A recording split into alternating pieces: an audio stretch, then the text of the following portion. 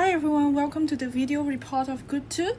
Do you know that in some part of Hong Kong, pedestrians have to navigate through crowds so dense that checking your phone isn't even an option? This is not just an inconvenience, it's a walkability crisis. Our report dives deep into the street of Mong Kok and Tseung Kwan O to uncover why. Walkability is an important indicator of sustainable mobility, referring to how friendly an area is to walking for pedestrians. High walkability indicates that the environment supports walking by various factors. According to Bay, the core evaluation factors of walkability can be divided into four matrices with specified definition.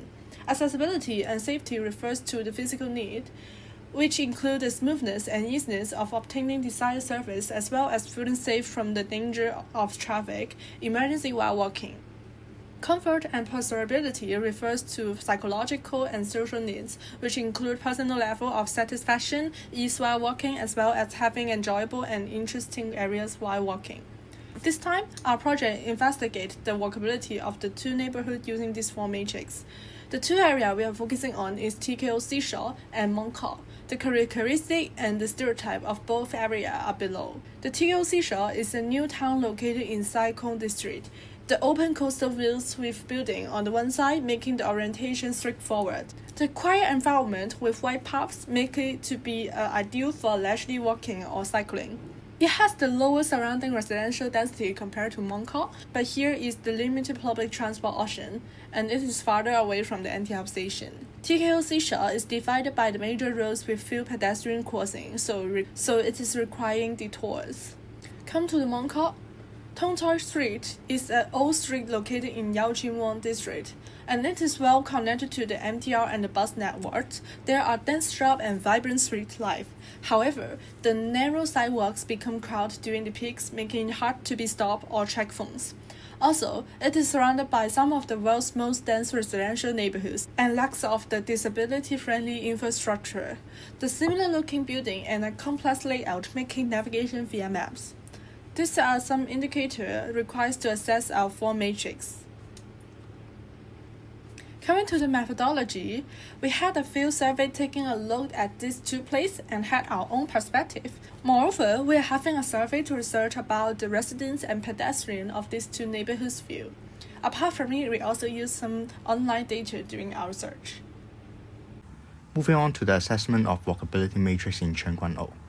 Tseung Kwan O offers strong accessibility feature, with pedestrian pathway wide enough for side-by-side walking, and 68.2% of surveyed individuals consider the street relatively or very spacious.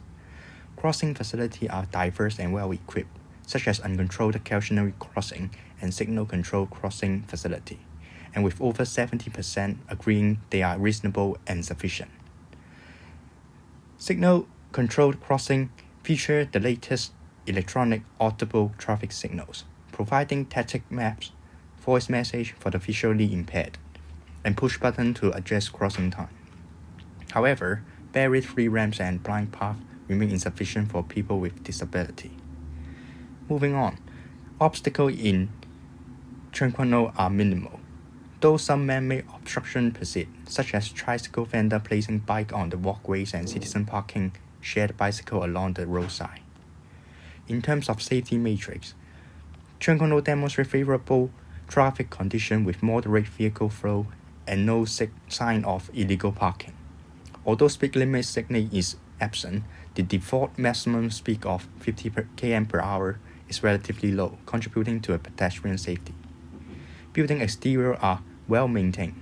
Air conditioning units are securely enclosed in safety cage to prevent accident, and no concrete peeling is observed on outer wall. Additionally, both signal-controlled and uncontrolled cautionary crossing are equipped with crossing island, providing pedestrians a safe refuge in case of emergency. In terms of comfort, Tseung Kwan O offers a pleasant pedestrian environment. The streets are generally clean and well maintained, with minimal litter, supported by our survey that only 80.2% of respondents report noticing voices on the street. Noise level remains low across most areas, with only a few main roads exceeding the 70 dBA threshold, indicating a low noise interruption in Chengguan district. Air quality is also satisfactory, as annual pollution concentration for key pollutants remain within the standard set by the Hong Kong government. Additionally, the area features abundant street greenery that provide ample shade for pedestrians. Supportive amenities such as drinking fountain and mosquito killing machine are in place to enhance the overall walking experience, contributing to more comfortable and enjoyable urban environment. In terms of pleasurability, Chengguan features well-defined and easily accessible pathway that significantly enhance walkability. These pedestrian roads are thoughtfully connected to various recreational spaces such as park and sport ground, allowing residents to enjoy leisure activity with ease and comfort. The integration of public space into walking network contribute to a more vibrant and enjoyable urban experience. At last, an open causal view for pedestrians.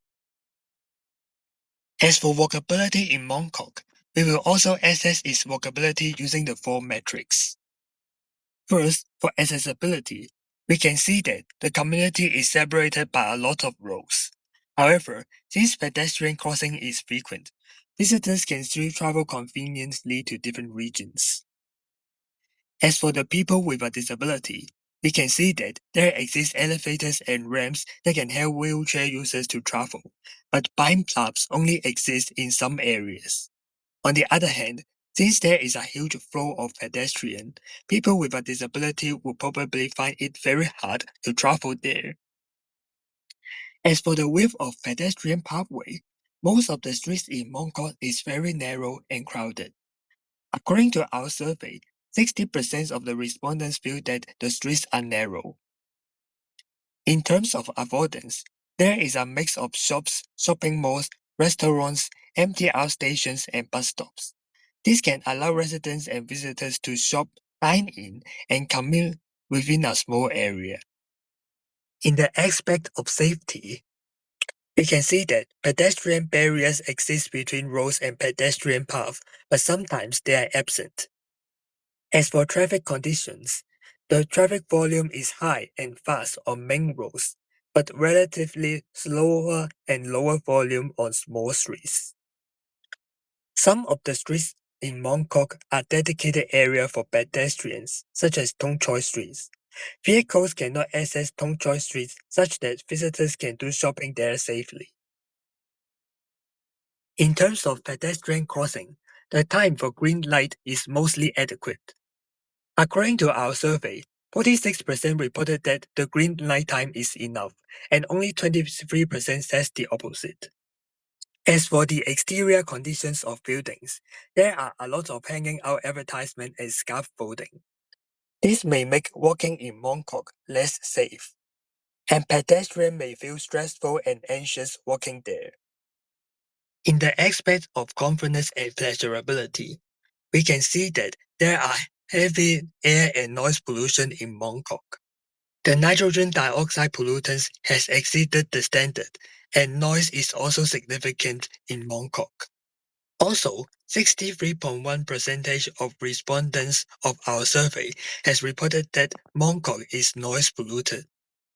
In terms of greening area, very limited or even zero greenery are found in most streets. Trees and parks can only be found on the edges of the neighborhood.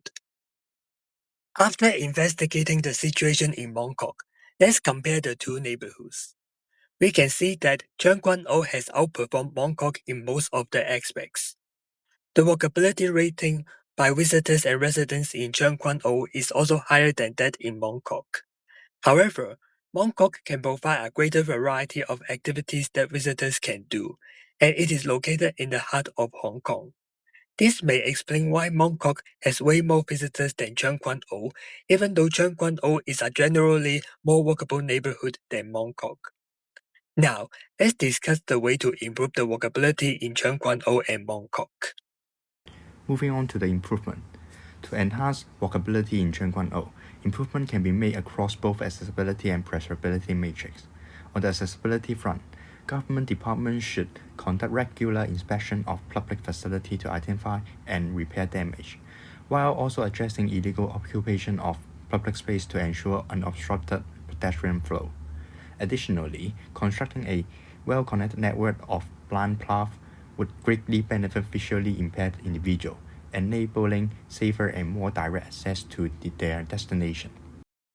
To improve accessibility in Mongkok, we can improve more recreational land use such as parks and library that is close to the center of Mongkok. This can provide easier and convenient access of leisure activities and food place. To improve safety walking in Mongkok, the government could ask landlords to carry out compulsory and frequent checking and maintenance of scaffolding and hangout advertisements. On the other hand, we can limit cars from entering Mongkok using ways such as electronic toll collection. Also, implementing speed checks can further protect pedestrians from fast traffic. To improve the confidence walking in Mongkok, we can add more greenery and encourage the use of electric vehicles to improve both air and noise pollution. During our investigation, we encountered several difficulties that affected our data collection and the reliability of our results. First, it was not easy to approach citizens to complete our survey. The questionnaire took a few minutes to finish, and many people were unwilling to stop. We also received quite a number of rejections, especially when people were in a rush or simply did not want to be surveyed. For example, in Cheongkwon-o, most people were walking their dogs, jogging, or exercising along the seafront, so they prefer not to pause their activities. Second, we noticed that most of the respondents who agreed to participate were either elderly people or teenagers, as they had more free time. This resulted in a potential age bias, meaning our survey may not fully represent other age groups, especially the working adults who were harder to approach. Third, some participants did not answer the survey carefully. A few respondents answered the questions just to finish quickly, which affected the quality and accuracy of the data, particularly for subjective perceptions such as comfort and satisfaction. Lastly, when we collected data in Mongkok, we faced a different challenge. The area was filled with tourists, so it was difficult to find the actual residents living in Mongkok to complete our survey. As a result, some responses might reflect tourist impressions rather than the daily experiences of locals. Overall, these challenges reminded us that primary data collection in real environments is not always straightforward. If we had more time, we could reduce the survey length or collect data at different times of the day to improve the response quality. To conclude, our comparison between Mongkok and Chunkwang clearly shows that walkability is not a single and simple concept. Instead, it's kind of balance between different urban or regional qualities. Mongkok excels in terms of transportation convenience due to its excellent transportation network and high density of destinations, but it's affected in terms of comfort and safety due to crowded, noisy, and narrow streets. On the other hand, Chunkwang has wide, clean, and scenic passengers, providing a high level of comfort, safety, and pleasure, but is lacking accessibility for people with disabilities and residents who need better public transportation connections. So, what makes a community truly walkable? Our project shows that a highly walkable area requires more than just convenience. It must also be a place where people feel safe, comfortable, and happy to spend time. While Mongkok is powerful in function, its tense environment can be overwhelming. Chunkwang, though pleasant, lacks the vibrant street life and ultimate convenience characteristics of a dense urban center. This brings us to the core principle of urban design. There is no one-size-fits-all solution. The goal should to be learn from the strengths of each area.